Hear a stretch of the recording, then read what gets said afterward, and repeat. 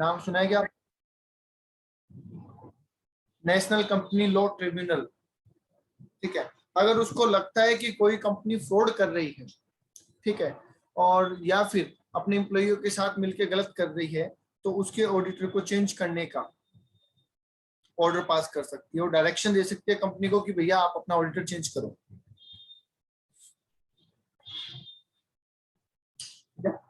NCLT को लगा अगर किसी कंपनी का ऑडिटर मिली भगत करके कुछ गलत कर रहा है, तो वो क्या करेगी, उस कंपनी को बोलेगी कि अपना ऑडिटर चेंज करोगे। Okay,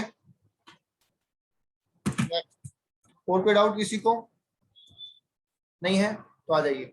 eligibility and qualification, eligibility and qualification of auditor, इसका मतलब क्या है? अगर आप कंपनी ऑडिटर बनना चाहते हैं तो आप में क्या क्या खूबियां होना चाहिए, ये सुनिए। अगर आप ऑडिटर बनना चाहते हैं तो आप में क्या क्या खूबी होनी चाहिए, ये सुनिए। पहला point, a person shall be eligible for appointment auditor only if he is a CA. CA होना जरूरी है, और सीए भी प्रैक्टिसिंग सीए होना जरूरी है। ठीक है, मतलब आपके पास सर्टिफिकेट ऑफ प्रैक्टिस होना चाहिए। Provided that a firm where majority of partner are practicing CA may also be appointed as the auditor of the company। मतलब एक फर्म है, उसमें बहुत सारे पार्टनर हैं, और उसमें से मेजॉरिटी ऑफ पार्टनर इंडिया में प्रैक्टिस कर रहे हैं, तो इस फर्म को भी कंपनी ऑडिटर बनाया जा सकता है।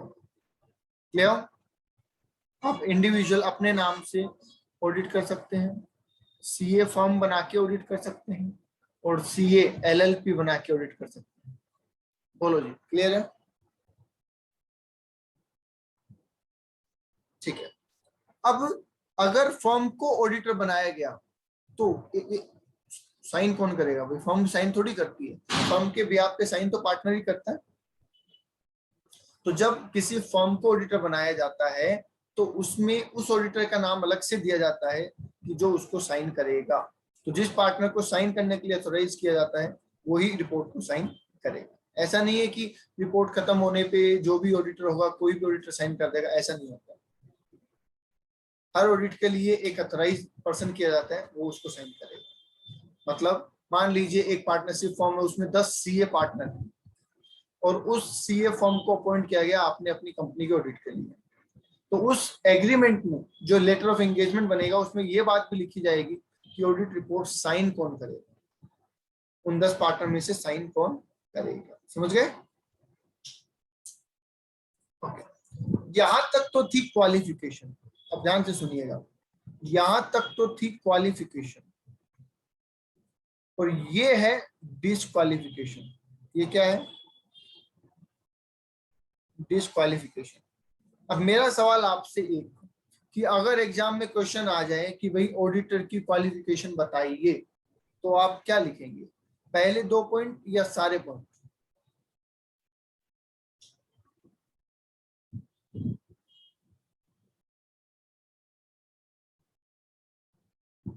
अगर क्वेश्चन आ जाए कि ऑडिटर की क्वालिफिकेशन बताइए, तो आप कितने पॉइंट लिखेंगे? ये 2 वाले पॉइंट या सारे? Answer is all. सारे पॉइंट लिखने हैं आप, सारे पॉइंट लिखने हैं आपको, क्योंकि नहीं 2 पॉइंट नहीं लिखने हैं, सारे लिखने हैं। 2 नहीं लिखने, सारे लिखने हैं। क्यों भाई सारे क्यों लिखने हैं? सुनो, उसका रीजन ये है कि ये जो डिस्क्वालिफिकेशन है ये इन लोगों के साथ भी तो हो सकती है, ये इन लोगों के साथ भी तो हो सकती है ना। जो सीए है उसी के साथ तो होगी ना, ये चीजें अलग से थोड़ी होगी। तो आप ये जो डिस्क्वालिफिकेशन है ये सब्जेक्ट टू है, मतलब ये चीजें क्वालिफिकेशन को साथ साथ आपको डिस्क्वालिफिकेशन भी चेक करनी पड़ेगी, तो आपको सारी लिखनी है। समझ गए बात को?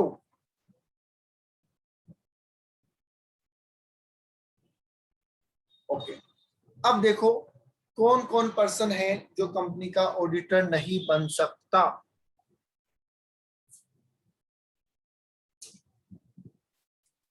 कौन कौन पर्सन है जो कंपनी का ऑडिटर नहीं बन सकता?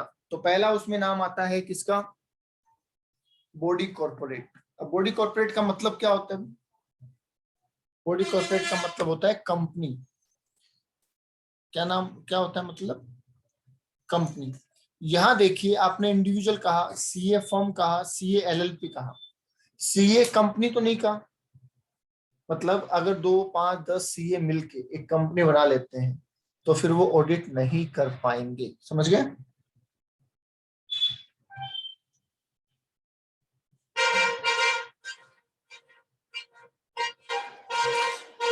ओके, तो बॉडी कॉर्पोरेट के रूप में नहीं होना चाहिए सीए, कंपनी के रूप में नहीं होना चाहिए। ठीक है, एलएलपी हो सकता है। दूसरा, जिस कंपनी की ऑडिट करने जा रहे हैं उसी कंपनी का अगर मैं ऑफिसर हूं या उसी कंपनी का मैं एम्प्लॉय हूं तो क्या मैं ऑडिट कर सकता हूं?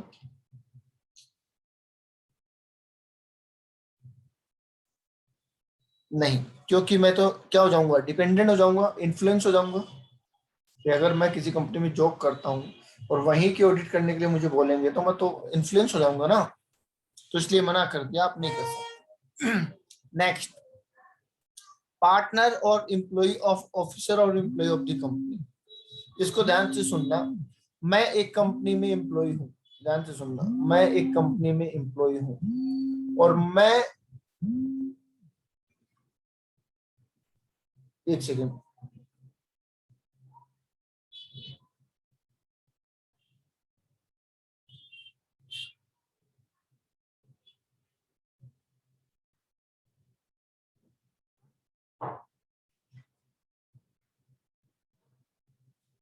ओके। तो मैं एक कंपनी में क्या हूँ, एम्प्लॉय हूँ सर। तो मेरा भाई, ठीक है, या मेरा पार्टनर उस कंपनी की ऑडिट कर सकता है क्या? बताइए।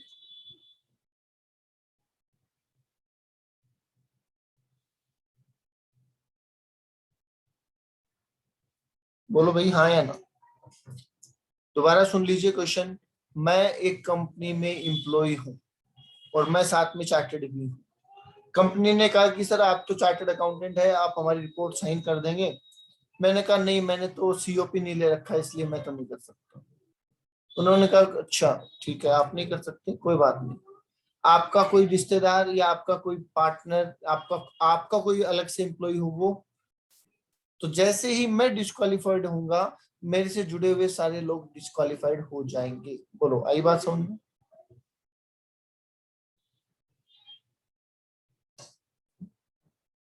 ओके। या फिर कुछ इस तरीके से कहूं कि मेरे भाई किसी कंपनी में जॉब करते हैं, क्या मैं उस कंपनी की ऑडिट कर सकता हूं? नहीं, अपन उसकी ऑडिट नहीं कर सकते।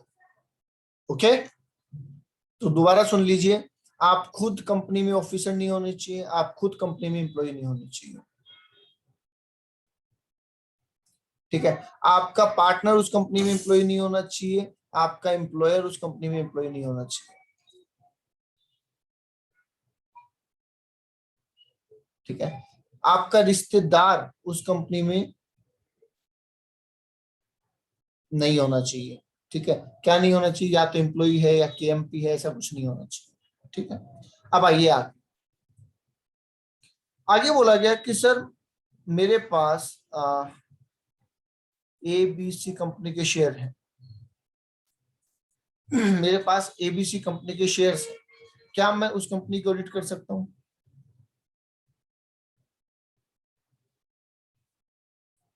मेरे पास किसी कंपनी के शेयर हैं, क्या मैं उस कंपनी को ऑडिट कर सकता हूँ? Answer is no. मेरे पास कोई भी सिक्योरिटी नहीं होनी चाहिए उस कंपनी की। मेरे पास उस कंपनी की कोई सिक्योरिटी, कोई बॉन्ड, कोई डिवेंचर, कोई शेयर्स नहीं होने चाहिए।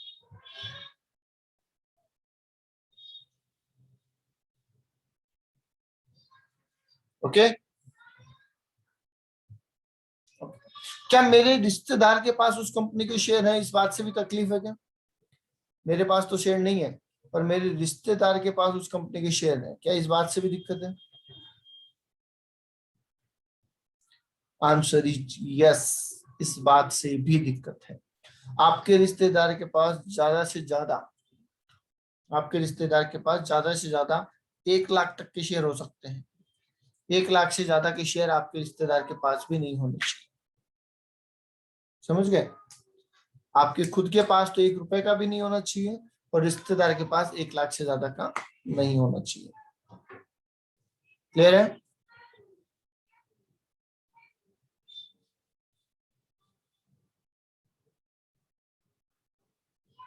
ठीक है, नेक्स्ट सुनिए। इंडेप्टनेस या indebted to excess of 5 lakh. अगर कंपनी किसी भी तरीके से 5 लाख से ज्यादा मांगती है मेरे, अगर कंपनी किसी भी तरीके से मेरे 5 लाख से ज्यादा मांगती है, मतलब उधारी है,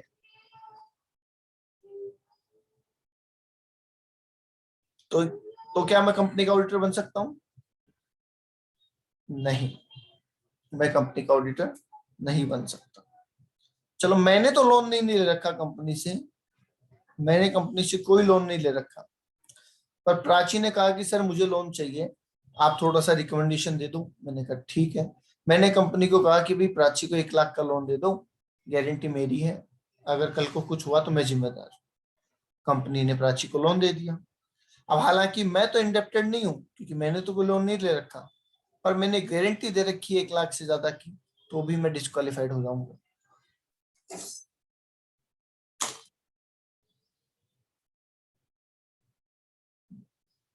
समझ गए? अगर मैंने कंपनी के शेयर खरीद रखे हैं 1 रुपए का भी, तो डिस्क्वालिफाइड हो जाऊंगा। सिक्योरिटी खरीद रखी है तो डिस्क्वालिफाइड हो जाऊंगा। मैंने कंपनी से अगर 5 लाख रुपए ले रखे हैं चाहे किसी भी एस्पेक्ट में, तो मैं डिस्क्वालिफाइड हो जाऊंगा।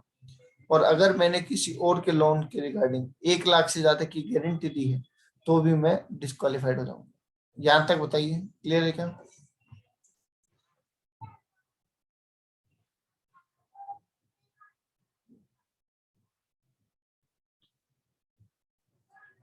ओके, अब आगे सुनिए। आप डायरेक्टली या इनडायरेक्टली कंपनी के साथ जुड़े हुए हैं बिजनेस रिलेशन में। बिजनेस रिलेशन का मतलब आपका आप तो है सीए और आपके पिताजी का काम है किसी मटेरियल का, ध्यान से सुनना, और आपके पिताजी इस कंपनी को बहुत बड़ी मात्रा में बहुत बड़ी क्वांटिटी में मटेरियल सप्लाई करते हैं। तो क्या ये कह सकते हैं कि डायरेक्ट या इनडायरेक्ट आपका बिजनेस रिलेशन हो गया उस फर्म के साथ? यस, तो भी आप उस कंपनी के ऑडिटर नहीं बन सकते। नेक्स्ट कह रहे हैं केएमपी। अगर आप किसी कंपनी में, मतलब एक सीए अगर किसी कंपनी में डायरेक्टर है, या केएमपी, केएमपी समझते हो क्या?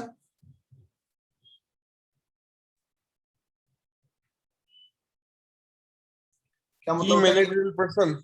यस, तो अगर आप किसी कंपनी में डायरेक्टर हैं या की मैनेजर पर्सन है, तो भी आप उस कंपनी के ऑडिटर नहीं बन सकते। Next, full time employment. अगर आप किसी कंपनी में फुल टाइम एम्प्लॉयमेंट में है, ठीक है, या फिर उस कंपनी में नहीं, दूसरी जगह फुल टाइम एम्प्लॉयमेंट में है, ठीक है, तो भी आप क्या हो सकते हैं? ऑडिटर नहीं बन सकते। ठीक है,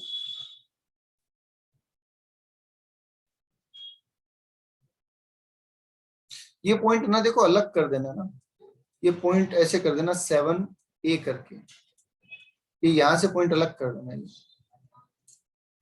ठीक है, तो जो फुल टाइम एम्प्लॉयमेंट में है वो नहीं कर सकता। आगे लिखा गया है कि अगर कोई फर्म, जैसे मान लीजिए, एक बार बात समझना, ये बहुत अच्छा पॉइंट है। मेरे पास एक कंपनी की ऑडिट है, 2 की ऑडिट है, 3 की ऑडिट है, टोटल 20 कंपनी की लिमिट होती है। अगर मानो कि कोई लिमिट नहीं होती, तो क्या सारे इंडिया का काम कुछ गिनी चुनी अच्छी फर्मों के पास होता? बताओ। अगर कोई लिमिट ना लगाई जाए कि भाई एक सीए इतनी ही ऑडिट कर सकता है, तो पूरे इंडिया का काम 10-20 सीए के हाथ में होगा क्या? हाँ, समझ गए? तो उस चीज से बचने के लिए क्या बोला गया कि आप 20 से ज्यादा कंपनी की ऑडिट नहीं कर सकते। अब आप कहोगे सर सिर्फ 20 कंपनी, इस हिसाब से तो सीए का खर्चा ही नहीं निकलेगा। ये 20 कंपनियां बड़ी वाली कंपनी है। ये 20 कंपनी कौन सी है? बड़े साइज की कंपनियों की बात है। इसका एक क्राइटेरिया होता है, वो बताया जाता है। उसके 20 कंपनियां नहीं होनी चाहिए। इसके अलावा जो स्मॉल पर्सन कंपनी है, 1 पर्सन कंपनी है, उनके आप कितनी भी ऑडिट करो उसमें कोई लिमिट नहीं है। समझ गए? ऐसा मत समझो कि मैं टोटल 20 कंपनी ही,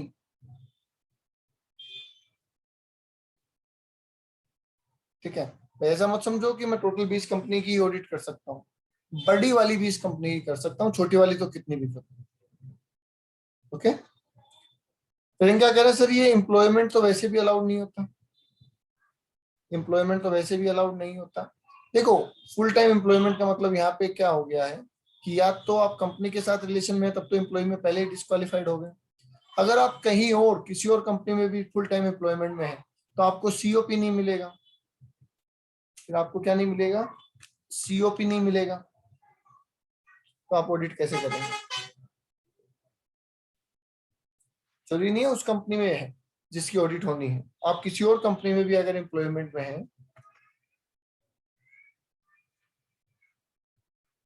ओके। या फिर इसको एक और सेंस में समझो, मैं सीए तो हूं पर मैं किसी सीए फर्म के अंदर नौकरी करता हूं, क्या मैं ऑडिट कर सकता हूं? नहीं, क्योंकि मेरे पास सीओपी नहीं है, मैं तो जॉब में हूं।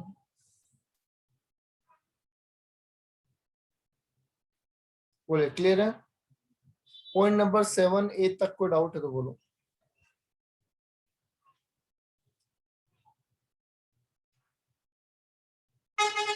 चलो आगे सुनिए। आगे कह रहा है कन्विक्टेड बाय अ कोर्ट। आपने कुछ गड़बड़ करी, ध्यान से सुनना।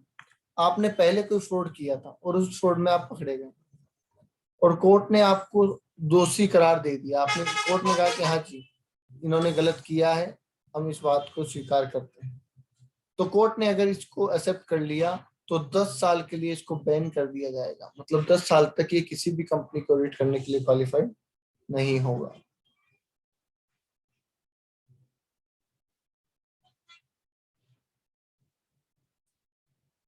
ठीक है, नेक्स्ट पॉइंट सुनिए। अब इसमें देखो, ये नेक्स्ट पॉइंट बहुत लंबा चौड़ा बोला गया, आप इसको हटा दो, इसकी जगह लिख दो। ठीक है, इसको हटा के इसकी जगह लिख देते हैं एक नया पॉइंट, इसको हटा दो। ऑडिटर प्रोवाइडिंग प्रोहिबिटेड सर्विस, ऐसे ले लो। जो भी ऑडिटर प्रोहिबिटेड सर्विस प्रोवाइड कर रहा होगा सेक्शन 144 के अंदर, वो कंपनी ऑडिटर नहीं बन सकता।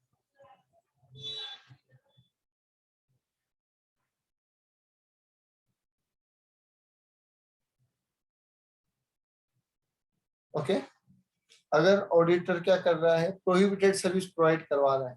अब सर ये प्रोहिबिटेड सर्विस होती क्या है, तो इसका एक एग्जांपल दे देता हूं। Internal audit. अगर आप किसी कंपनी के इंटरनल ऑडिटर हैं तो क्या फिर आप कंपनी ऑडिटर बन सकते हैं?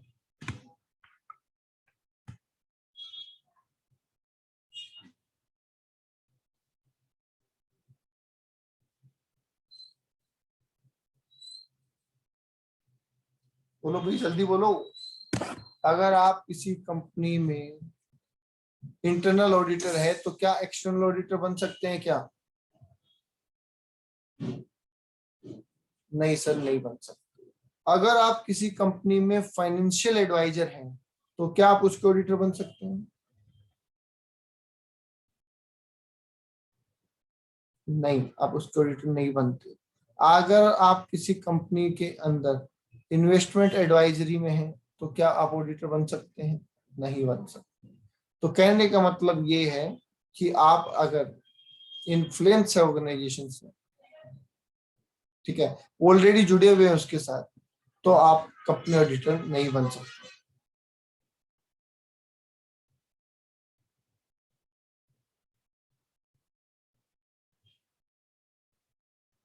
एंड लास्ट वन ये कह रहा है कि सर जिस दिन अपॉइंटमेंट हुआ उस दिन तो क्वालिफाइड था, उस दिन तो कोई गड़बड़ नहीं थी, पर क्वालिफिकेशन होने के बाद, अपॉइंटमेंट के बाद वो डिस्क्वालिफाइड हो गया तो क्या होगा?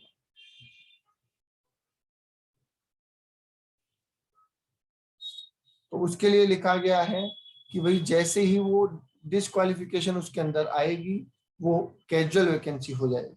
उसकी पोस्ट खाली हो जाएगी। समझ गए?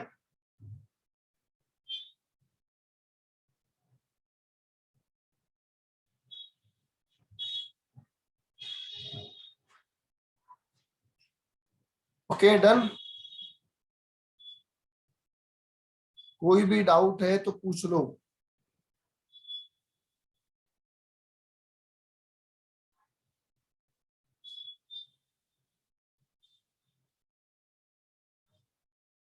पॉइंट नंबर 10 रिपीट कर दो, पॉइंट नंबर 10 दोबारा सुन लो। मैंने आपको ऑडिटर अपॉइंट किया, उस दिन मैंने आपसे पूछा है ना, कि भाई आप पे कोई कोर्ट केस है क्या? आप पे तो नहीं सर, कोई कोर्ट केस नहीं है, कुछ भी नहीं है। ठीक है। अब मैंने आपको अपॉइंटमेंट किया, उसके बाद आपका किसी से झगड़ा हो गया या कुछ भी हो गया और आपके ऊपर कोर्ट केस चल गया, ठीक है, और वहां पे आपको सजा भी सुना दी गई, तो बताइए क्या आप 10 साल 10 साल के लिए वो कर दिए जाएंगे, कन्विक्टेड कर दिए जाएंगे?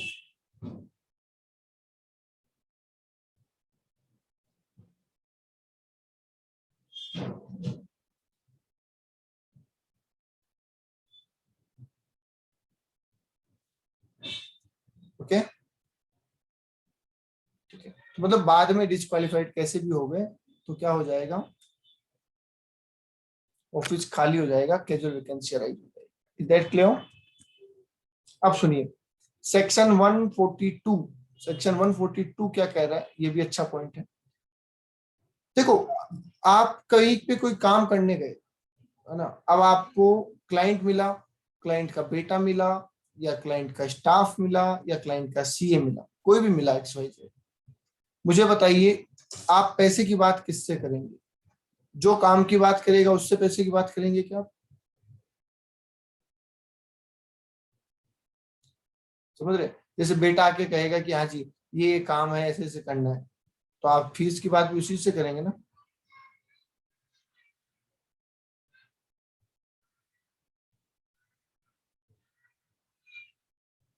तो भाई हाँ ना। चलिए अब सुनो आगे। ऑडिटर जब ऑडिट करने जाता है तो उसको 3 चीजें मिलती है, ध्यान से सुनना, 3 चीजें क्या? एक तो उसे मिलती है फीस, एक उसे मिलता है आउट ऑफ पॉकेट एक्सपेंसेस, और एक उसे मिलती है अदर पेमेंट। ठीक है, इन तीनों में से ये जो 2 आइटम है ना, ये तो उसकी फीस का हिस्सा होते हैं, है ना। ये जो 2 आइटम होता है ना, ये तो उसकी फीस का हिस्सा होते हैं, और ये जो आइटम होता है ये उसकी फीस का हिस्सा नहीं होता। कैसे?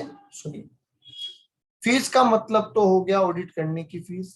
आउट ऑफ पॉकेट एक्सपेंसेस का मतलब कि ऑडिटर और उसकी टीम आपके ऑर्गेनाइजेशन में आएगी, कितनी बार आना पड़ेगा कुछ पता नहीं है, कितना टाइम लगेगा ऐसा कोई श्योरिटी नहीं है, तो ये जो आने जाने का खर्चा होता है ये वो आपसे चार्ज करता है ऑडिटर, उसको बोलते हैं आउट ऑफ पॉकेट एक्सपेंसेस। समझ गए?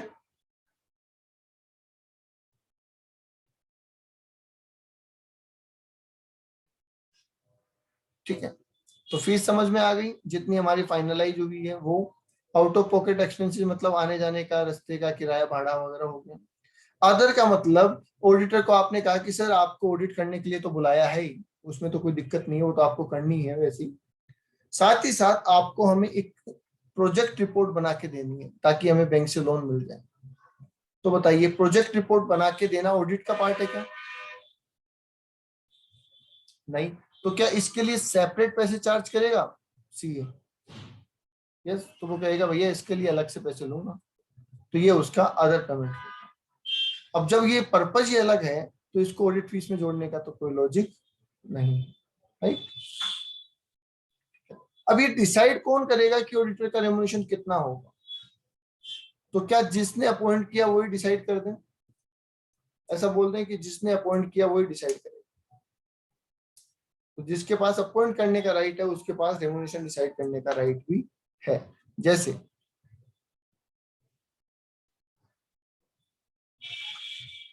यहाँ लिखा है कि सर जनरल मीटिंग में अपॉइंटमेंट वो रेमुनेशन फिक्स होता है, तो अपॉइंटमेंट भी जनरल मीटिंग में होता है क्या? अपॉइंटमेंट भी जनरल मीटिंग में होता है तो ठीक है, रेमुनेशन भी जनरल मीटिंग में फिक्स हो जाएगा। पहले ऑडिटर का अपॉइंटमेंट कौन करता है? फर्स्ट ऑडिटर, बीओडी करता है सर। तो बताओ फर्स्ट ऑडिटर का रेमुनेशन कौन फिक्स करेगा? रेमुनेशन भी बीओडी फिक्स करेगा। बस ठीक है, हो गया काम। ओके, आगे लिखा देखिए, any other the remuneration include audit fees. Audit fees तो इंक्लूड करता ही करता है, प्लस अदर एक्सपेंसेस, ये दोनों चीजें वो अपनी रेमुनेशन के अंदर इंक्लूड करता है।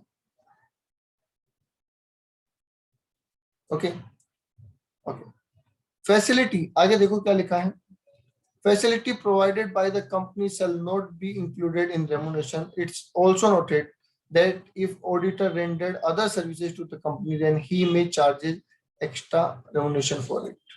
तो कंपनी से अलग काम के पैसे लेता है तो वो रेमुनेशन, ऑडिटर रेमुनेशन में तो आएगा नहीं, अलग से ही आप ले पाएंगे। बोलो जी, सेक्शन 142 क्लियर है क्या?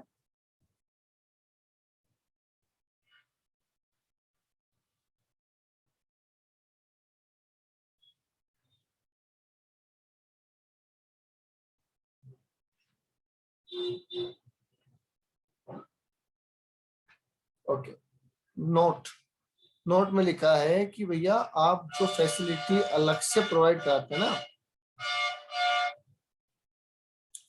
सॉरी, नोट में लिखा है कि जो कंपनी फैसिलिटी प्रोवाइड कराती है, कंपनी फैसिलिटी का मतलब कंपनी कहती है आइए ऑडिटर साहब बैठिए चाय पानी लेंगे, तो वो चाय पानी आप रेमुनेशन में जोड़ेंगे क्या? नहीं जोड़ेंगे, ठीक है। तो बस इतनी बातें। और दूसरी तरफ सीए अगर अलग से कोई काम करेगा तो वो भी ऐड नहीं होगा।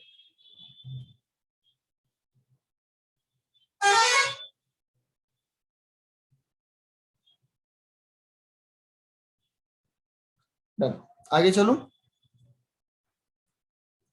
सुनो, सर इसमें ऐसा कह सकते हैं ना कि ऑडिटर के जितने भी खर्चे होंगे वो उसका रेमुनरेशन मांग सकता है, पर कंपनी अगर कोई एक्स्ट्रा खर्चा करती है तो उसको वो उसे अपनी फीस में इंक्लूड नहीं कर सकती। हाँ ऐसा कह सकते हैं, पर इसमें ऑडिटर का वो खर्चा नहीं है जो किसी अदर सर्विस के लिए हो, है ना, इसको थोड़ा स्पेसिफिक कर दो, ऑडिटर का ऑडिट के लिए खर्चा, ऐसे बोल दो, हाँ सर ठीक है ना। तो मान लो आप ऑडिटर को कह दो कि कोई प्रोजेक्ट रिपोर्ट बना दो, कोई एमओए ड्राफ्टिंग करवा दो, ऐसा कुछ बोला तो वो नहीं आएगा। रेमुनेशन में फीस और out of pocket expenses include होगा, अदर पेमेंट नहीं इंक्लूड होगा। हाँ बिल्कुल ठीक है।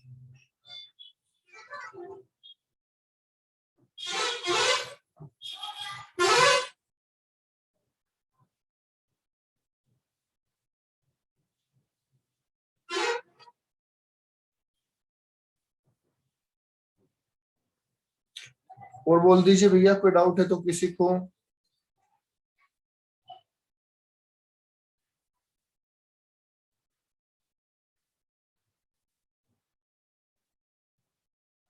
राघव, प्रियंका, रिया, वेरी गुड। जिन्होंने आंसर, क्वेश्चन कोई भी पूछता है तो बहुत अच्छा लगता है कि भैया हाँ ठीक है पढ़ रहे हैं आप। अब आप कभी कोई क्वेश्चन ही नहीं पूछते हैं तो फिर क्या पता समझ में आएगा। अंजलि, अभिनव,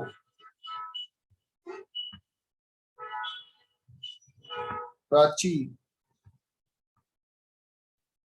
जवाब पूछते रहो भैया, बताते रहो।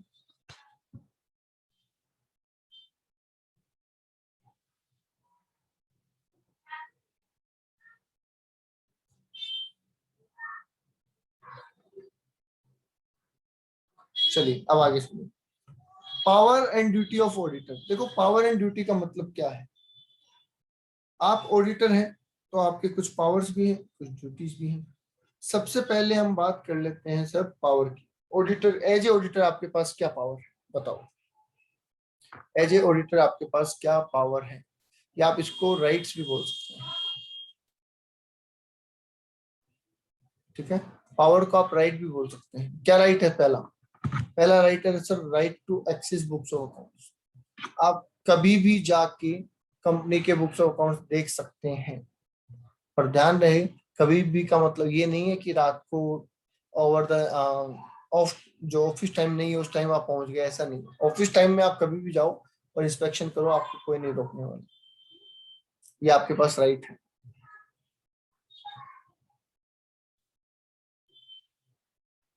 समझ गए?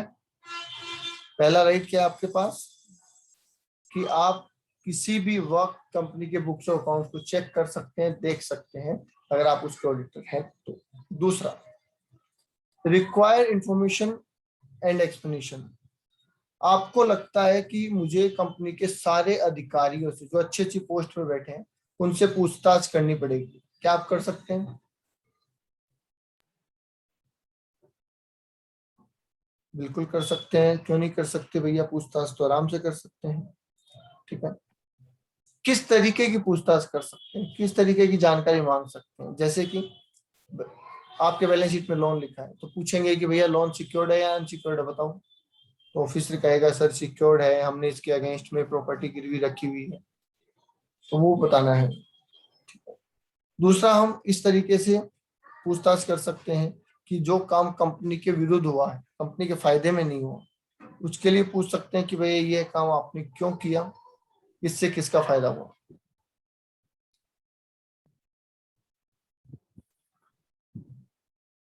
ओके, नेक्स्ट, ये पूछ सकते हैं कि सर आपने जो लोन और एडवांसेज ले रखे हैं, क्या कहीं आपने उनको डिपॉजिट के रूप में तो नहीं दिखाया, क्योंकि लोन में और डिपॉजिट दिखाने में फर्क है। किस चीज का एग्जांपल बताऊं, बोलो।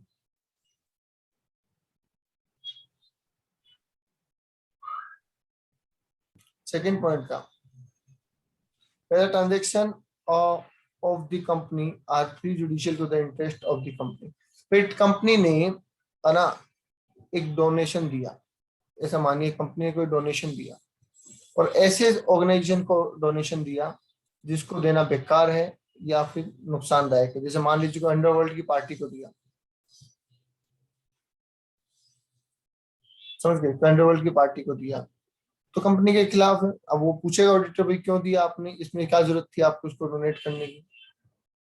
ठीक है, या कंपनी ने महंगी रेट पे, हाई रेट पे, सुनना, हाई रेट पे कोई चीज परचेज की। ये काम तो मैनेजमेंट करता है, मैनेजमेंट ने सोचा कि मेरे भाई की दुकान है, उससे सामान खरीद लेता हूँ, ज्यादा रेट पे खरीद लेता हूँ। तो बताइए, अगर हाई रेट पे इसने अपने भाई से माल खरीदा है, क्या ये कंपनी के खिलाफ है? हाँ। तो इस तरीके से कोई ट्रांजेक्शन तो पूछ सकता है, ऑडिटर पूछेगा आपने बाकी पूरे साल तो परचेजिंग सही रेट पे की है, ये एक दिन आपने परचेजिंग ज्यादा रेट पे क्यों की है?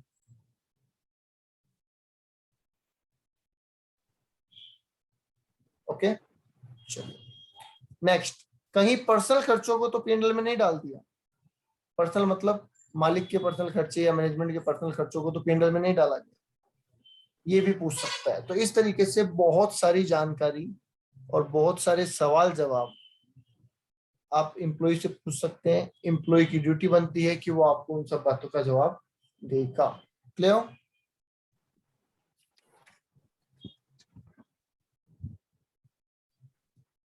ठीक है, अब देखो ऑडिटर की जो रिपोर्ट देता है, ऑडिटर जो रिपोर्ट देता है, किसी का माइक ऑन है?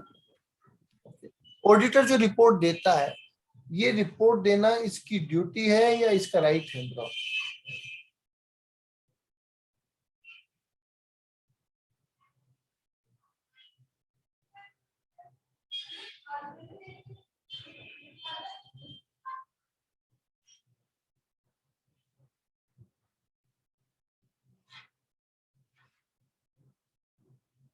दोनों है, ऑब्लिगेशन, ड्यूटी एंड राइट। ठीक है, राइट भी है और ड्यूटी भी है। आपको इसी काम के लिए अपॉइंट किया तो ड्यूटी तो है ही, ऑब्लिगेशन तो है ही। ठीक है, पर अगर आपको मना कर देंगे कि रिपोर्ट नहीं देनी तो नहीं दोगे क्या? दोगे ना। अगर नहीं देना तो हटाओ मेरे को पोस्ट से। पोस्ट पे रहते हुए आप मेरे को मना कर सकते हैं क्या रिपोर्ट मत दो? नहीं। जैसे मान लो आपने मैनेजमेंट का एक फ्रॉड पकड़ लिया, मैनेजमेंट कहता नहीं साहब रिपोर्ट मत दो, रिपोर्ट मत दो, तो क्या वो बोल सकता है आपको? नहीं। समझ गए? तो ये राइट भी है और यहाँ पे लिखा नहीं है पर राइट भी है और ड्यूटी भी है। ऑडिटर को जनरल मीटिंग का नोटिस रिसीव करने की कि भैया जब भी जनरल मीटिंग होगी आपको मुझे भी बुलाना है। जब भी आप जनरल मीटिंग करेंगे मुझे भी आप बुलाएंगे तो मुझे इनविटेशन देना या मुझे नोटिस देना आने के लिए, वो मेरा राइट है।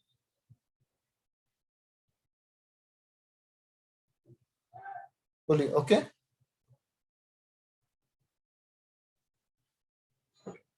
नेक्स्ट लिखा है सर कि अगर क्लाइंट की ब्रांचेज भी हैं, ठीक है, और तो उन ब्रांच की ऑडिट कौन करेगा? जैसे मान लीजिए हेड ऑफिस है और इसकी ब्रांच है B1, B2, B3, तो इन तीनों ब्रांच की ऑडिट कौन करेगा? क्या वही सीए करेगा जो इसकी कर रहा है या अलग भी हो सकता है?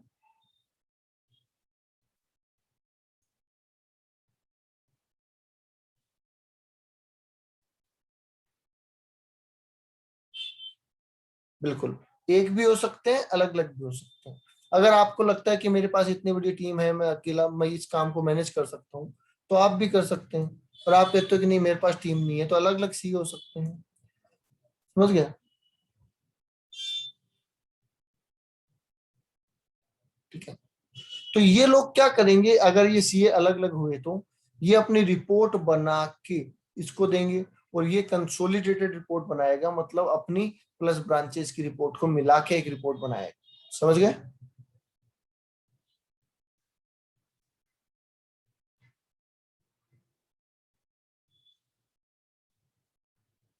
Okay, last one is every auditor. अब ये ड्यूटी है इसकी, है ना, ये ड्यूटी है कि सारे ऑडिटर को ऑडिट करते टाइम पे ऑडिटिंग स्टैंडर्ड फॉलो करने पड़ेंगे।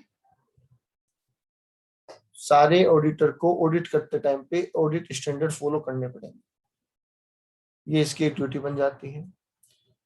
एक राइट मैं और लिख देता हूं, वो आप लिख लीजिए, right to get remuneration. Remuneration लेने का राइट है ना इसके पास, कि भाई अपनी जितने में बात हुई थी उतना पेमेंट करो मुझे। अगर आप पेमेंट नहीं करोगे तो मेरे पास जो बुक्स ऑफ अकाउंट्स हैं आपके, मैं उसको अपने पास रख लूंगा, आपको नहीं लौटाऊंगा। इसको क्या बोलते हैं? Right to lien. सुना आपने राइट टू लिएन? लॉ में पढ़ा था क्या? जब तक किसी का पैसा बाकी होता है वो हमारी एसेट को होल्ड कर सकता है। तो मैं भी बोल दूंगा कि आपके बुक्स अकाउंट्स में तभी दूंगा जब आप मेरा पैसा दोगे। समझ गए? तो राइट टू लिएन भी है और राइट टू गेट रेमुनेशन भी है मेरे पास। चलिए यहां तक बोल दीजिए, कोई डाउट है तो, बाकी करेंगे कल। कल ये चैप्टर हमारा ओवर हो जाएगा और नया चैप्टर भी स्टार्ट कर देंगे। यहाँ तक कोई डाउट है तो बोल दो, कल ये चैप्टर ओवर हो जाएगा और नया चैप्टर स्टार्ट कर देंगे। सर हम्म। सर जैसे अभी आपने ना, अभी आप प्रैक्टिस कर रहे हो तो आपके पास है ना सर्टिफिकेट ऑफ प्रैक्टिस होगा। फिर उसके हाँ बाद जैसे मान लो आपने जॉब स्टार्ट कर दी,